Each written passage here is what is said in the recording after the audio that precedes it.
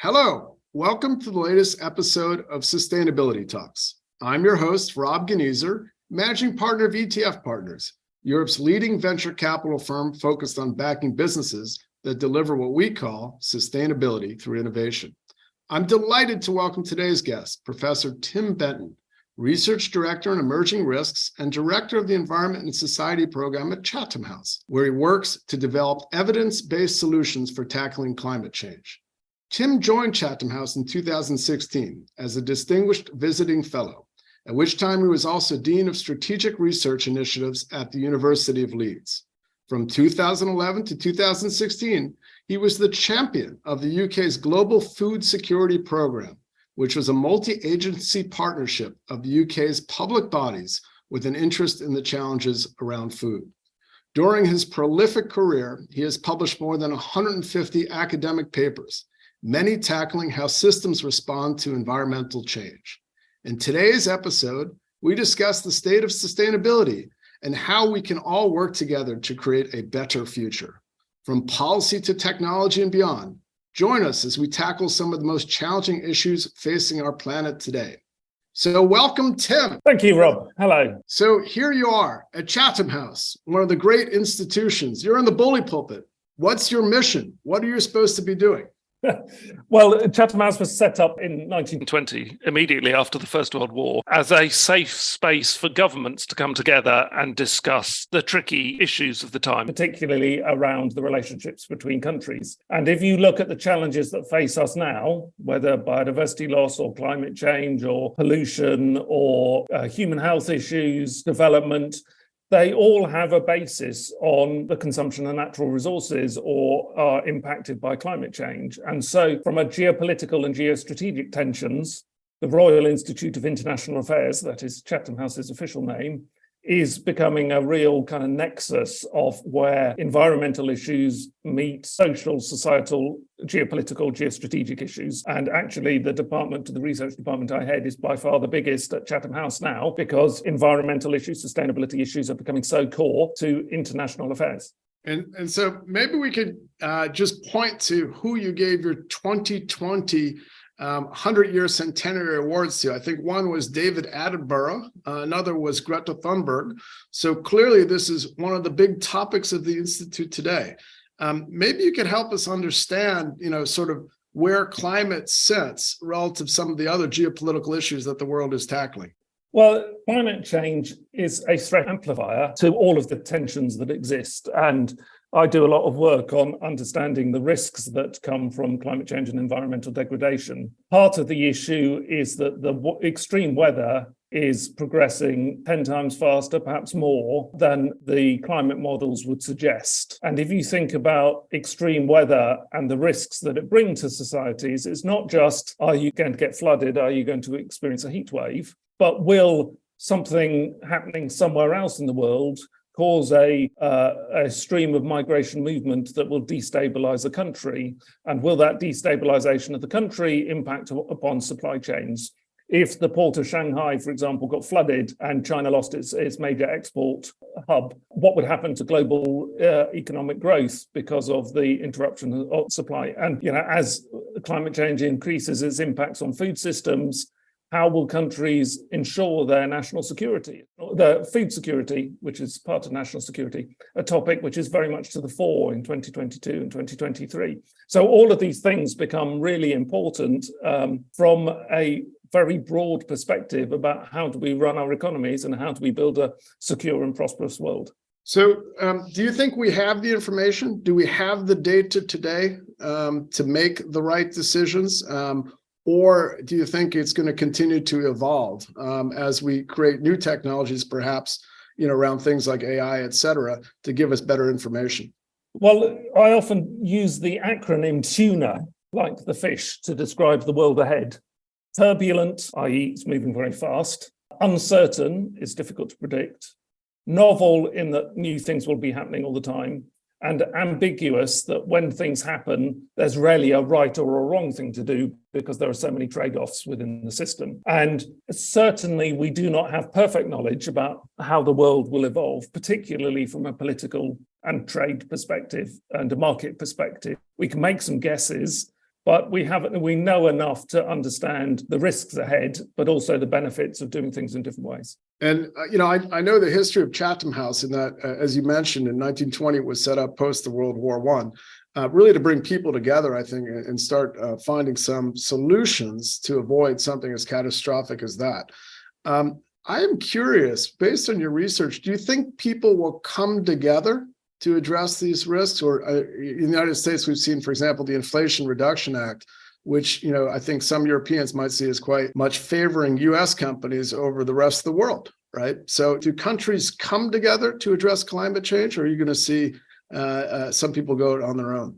Oh, no. Part of the strand of work that we do across Chatham House as a whole is thinking about the future of multilateral processes, whether it's the UNFCCC, the Climate Change Convention, or whether it is the UN itself, or, where does the post-Bretton Woods institutions like the WTO fit into the overall picture. But certainly we're living in a world where that international architecture of cooperation is undermined, and countries are more contesting and going it alone, competing with each other rather than cooperating with each other.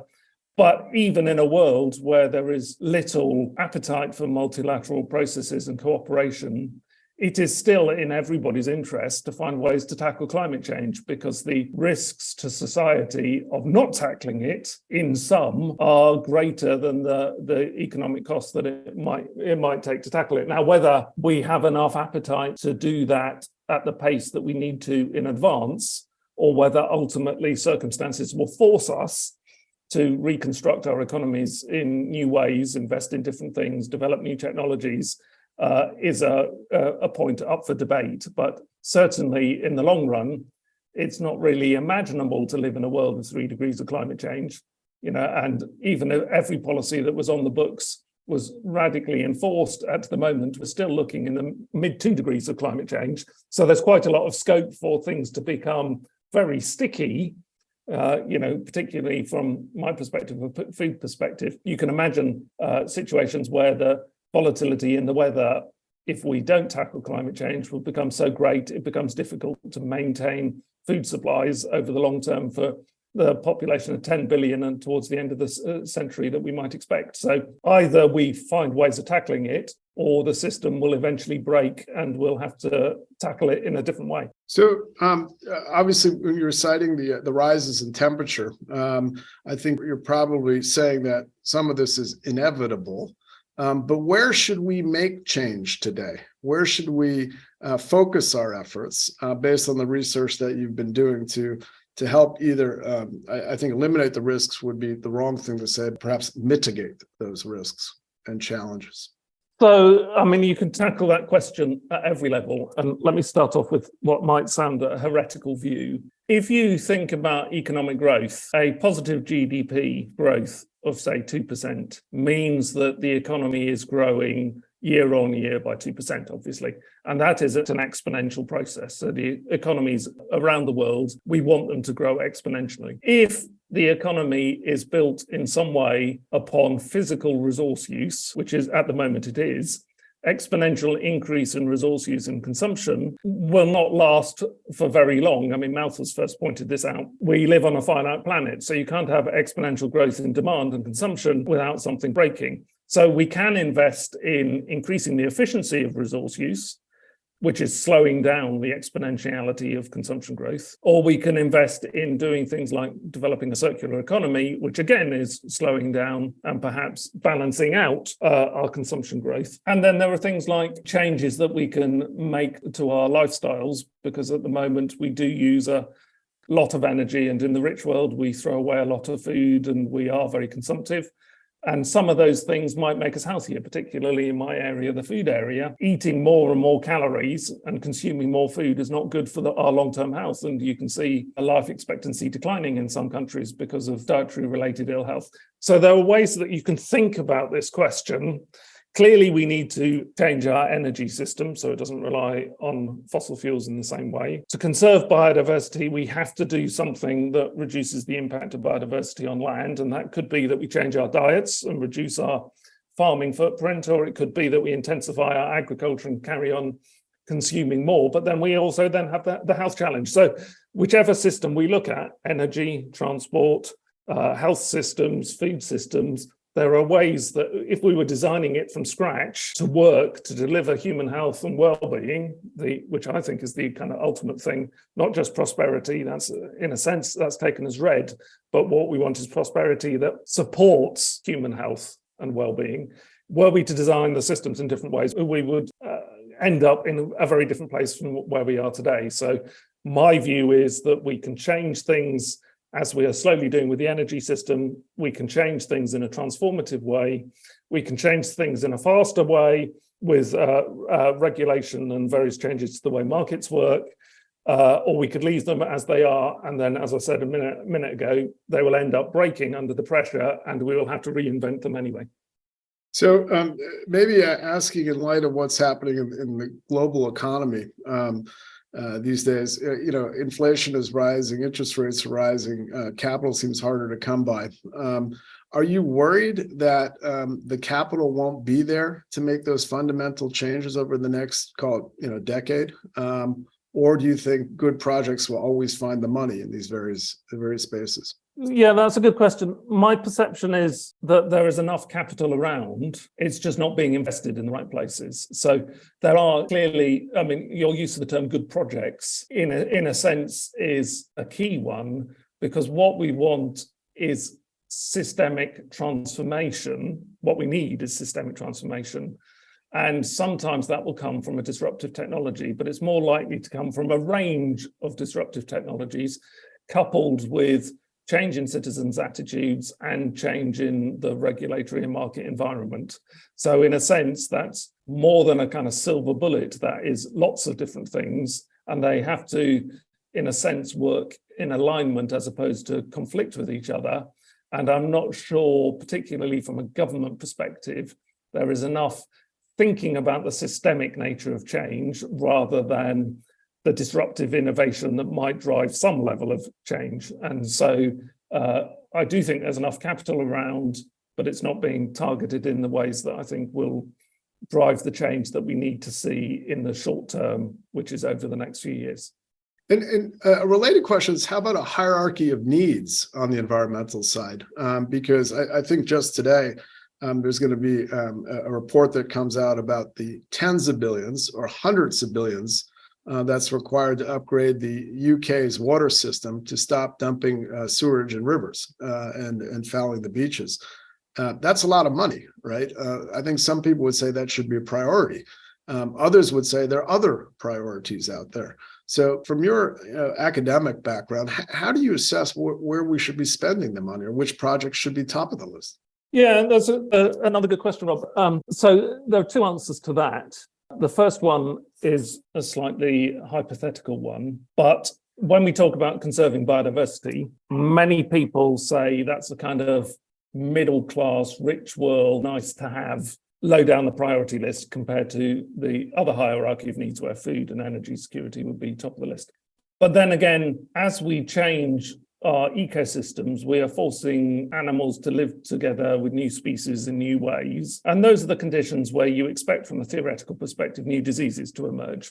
And as we've seen over the last 40 years, we've had a whole range of new zoonotic diseases that are coming to the human population, including COVID. And the total cost of COVID is hundreds of trillions on a global basis. And so something like biodiversity, from an economic perspective, you might say, oh, it's probably not that important. But from an existential perspective, it might have a much higher value than people imagine. Then the second way of answering that question is, I'm actually a fan of participatory citizens' assemblies, in the sense of, if you get a jury of just ordinary people together in a room over a couple of days, and you talk through the costs and benefits, the risks, the trade-offs, the synergies within a complex area, you often get a much more sensible approach to prioritization than if you just put it to the market or put it to politicians. And so the understanding of people about where they want society to go is pretty much an untapped resource at the moment when it comes to complex decision making, but there's an increasing need for it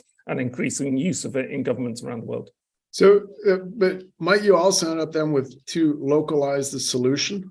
If you ask, if you would, a local populace or a national populace, what should be highest on the list? Because if you take, for example, what you were suggesting around, mass migrations around climate issues, it really needs to be investment perhaps in the developing countries furthest from home.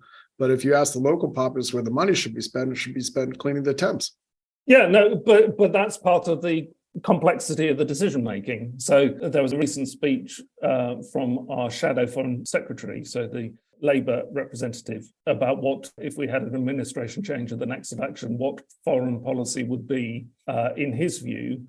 And he made the point, which is one that we've made in various places as well, is that there isn't a difference between foreign policy and domestic policy, because the decisions you make about foreign policy often end up influencing domestic policy. And, in the UK at the moment, of course, we've got the issues of migrants and so on.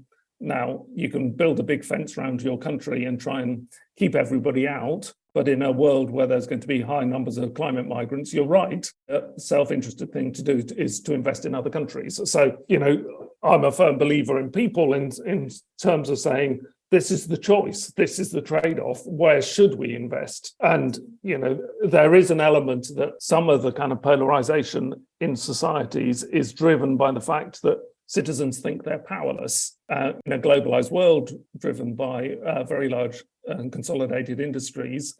There is a small amount of agency in individual choices very often, and actually involving them in decision making is a way to create agency and reduce some of the polarization in societies, I think. Tim, I want to come to your expertise, which is in food, particularly. And I am curious to get your views as to what you think is going to happen in terms of food security issues. To prepare for this, I was reading my Rethink X articles that was talking about 70% of the world's dairy farmers were going to disappear by 2030, which I remind us is only 7 years away. It was going to be almost impossible to be a farmer in certain places because of the rise of, if you would, food made in the lab, right? This is amazingly disruptive to societies around the world. And obviously there are potentially some tremendous positives come from that as negative. But how do you think about this big topic of, if you would, changing ways that we produce and consume food and think about on a global scale? Yeah, well, the broad sustainability framework, which I think is useful to always think about, is the Kate Raworth's donut, that you have various social conditions that exist, the kind of social foundations, and then you have various planetary boundaries that create a kind of ceiling to the extraction and economic growth and all of the other things. And if you look at food, at the moment, it doesn't do very well from a farmer livelihood perspective. It doesn't do very well from a promoting health perspective, and it certainly doesn't do very well from an environmental perspective. It provides fuel for the 8 billion people on the planet, but equally, across Europe, I was speaking in Brussels earlier this morning, across Europe, 2 million people die a year with dietary-related disease, which is broadly the same mortality rate as from COVID, and yet we don't remark about that being a pandemic, but poor diets are very bad from a health system perspective. So to get to your question, the question I would prefer we ask is not how can we keep existing farmers doing the job that they're existingly doing, but what should we be growing to preserve health and to preserve the environment? And how can we make the incentives such that farmers can make a living within that? And just as an example, if the world were to try and eat a healthy diet, so the 8 billion people were to try and eat a healthy diet, including WHO's recommendations of 5 portions of fruit and vegetable a day, we are only growing a third of what we should grow. And yet, when it comes to things like cereals, we grow 50% too much. When it comes to vegetable oils, we grow 4 times too much, 12 times too much sugar, etc., etc. So the balance of what we grow, because we've designed the system with the economic incentives that it currently has, means that it is kind of destined not to deliver the human health and well-being agenda. So I would start off by saying, part of the transformation agenda is to ask that question: what should we grow? How much should we grow it? How should we grow it? Where should we grow it? And there will be examples where new technologies will come along, perhaps laboratory grown meat, although I'm slightly skeptical of that taking off at scale. But certainly there are things that we could do better to make healthier food more available and cheaper, and less healthy food less available and more expensive, and create the market conditions that help people make the right choices, help farmers have a living income.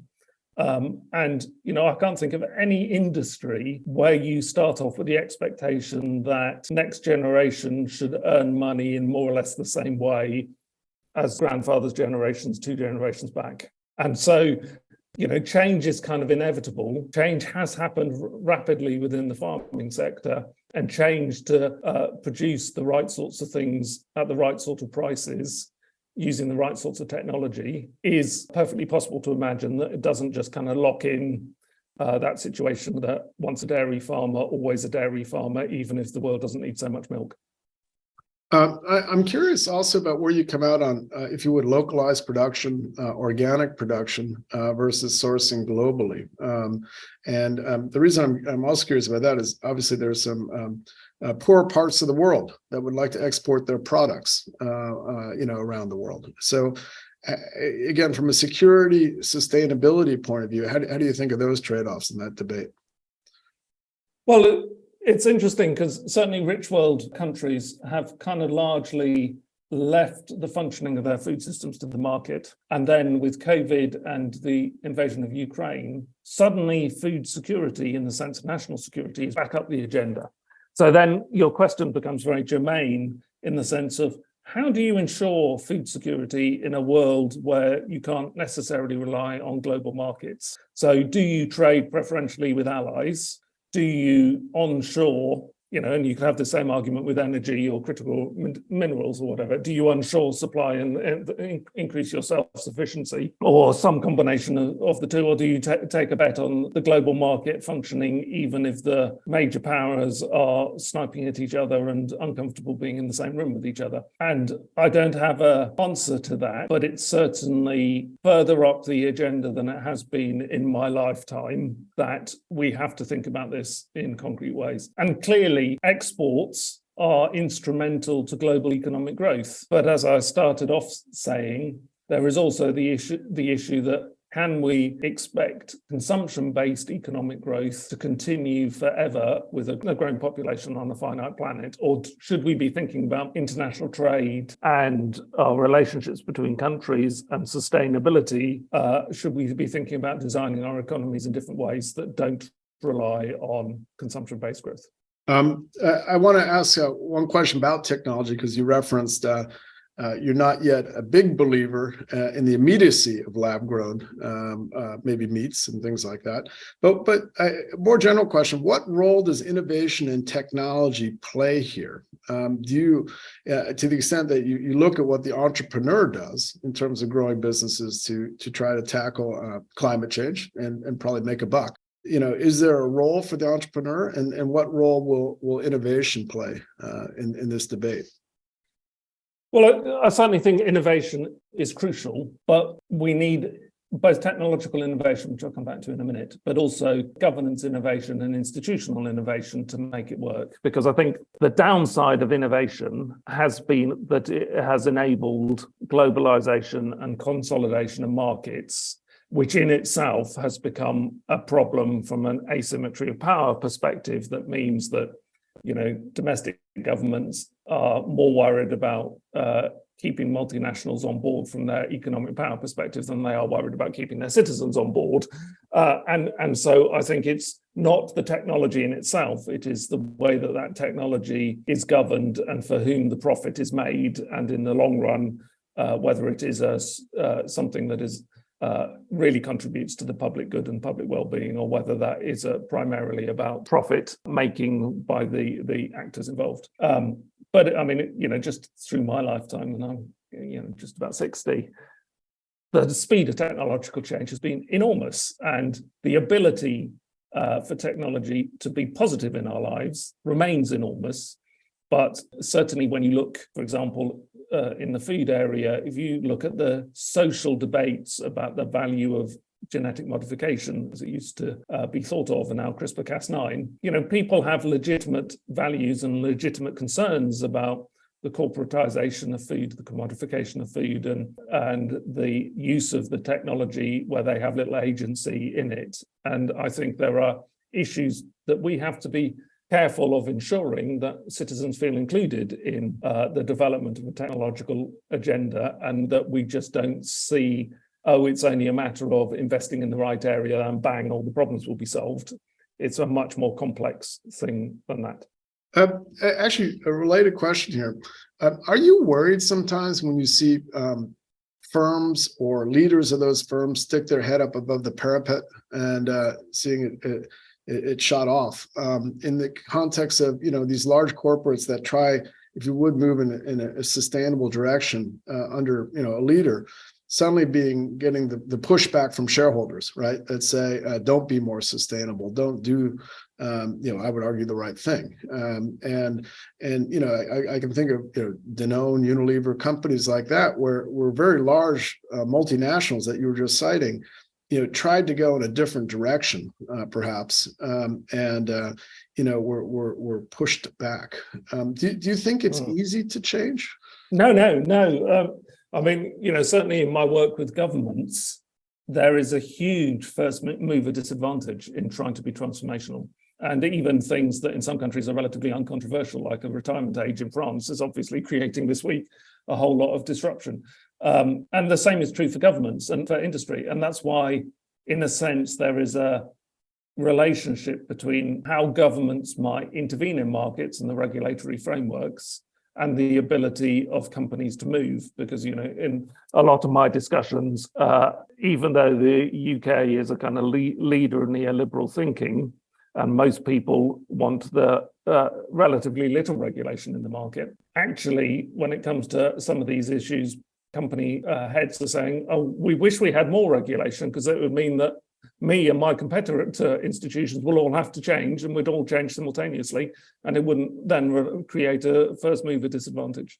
So maybe one final question here, which I'm fascinated about. As a venture capitalist, it's a privileged job because you get to work with some great entrepreneurs that are trying to make the world better every day. And I always say some of them will do very well at that. If we can help them, that's fantastic. But we're optimists ultimately because we can see these companies having success, the entrepreneurs, making a difference. But when you do your research and when you think about these grand challenges, are you optimistic? Well, I'm by nature an optimist. I think I am, to an extent, I'm getting more pessimistic as I see the struggles that governments have to move out of ideology, move out of political polarization and into action, i.e., how can governments perceive this to be a vote winner is the primary question. And then I see a huge amount of techno-optimism in the sense of if we invest enough, we'll solve the problems. But I also see that techno-optimism sometimes being too optimistic in itself in terms of whether or not innovations can create the speed of change that's needed. And in the meantime, the risks from environmental degradation are getting more palpable on a daily basis. So I hope we have the nous as a community of countries and as societies to ultimately recognize that we have to change. And as I said earlier, if we don't, I think we will be forced to change. So in the long run, I think change is inevitable. It might become quite painful at certain places along the way, as we're perhaps experiencing after 2022. It might become painful along the way because that change is going to be forced on us by a world that is more volatile, more conflicted, and more contested. Okay, I need to end on a happier note though, Tim. So a very simple question is, if you were going to give a piece of advice to a leader of a country, maybe not this country, but a European country, what would you tell them so that you would be in a happier place today? Yeah, I would say, think about the system. Governments tend to be very siloed. So they think about agriculture in one ministry, they think about health in another ministry, they think about trade in a third ministry, they think about business in another ministry, and they rarely talk to each other. And my view of the future is that we can reduce the existential threats that are coming from environmental degradation. We can eat more healthily. We can live in an environment that is safe and secure and nurtures our well-being. And we can still increase our prosperity. And it's not the vision of a better world that's the problem. It's the transition pathway that's the problem. But I firmly believe that we can do things where the world is more equal and where it is a better place to live. And so to get there, you have to think about how the systems interact with each other, how food and energy are related, and how energy and climate are related, and so on, rather than just thinking policy silos. Great. Well, I guess we'll leave it there. That was Tim Benton, one of the leaders at Chatham House. Thank you for joining me today. Thank you, Rob. Been a pleasure. Thank you for listening to this episode of the Sustainability Talks podcast. To find out more or join as a guest, head over to the ETF Partners website at etfpartners.capital. You can also connect with us on LinkedIn and follow us on Medium at ETF Partners. Until next time, thanks for listening.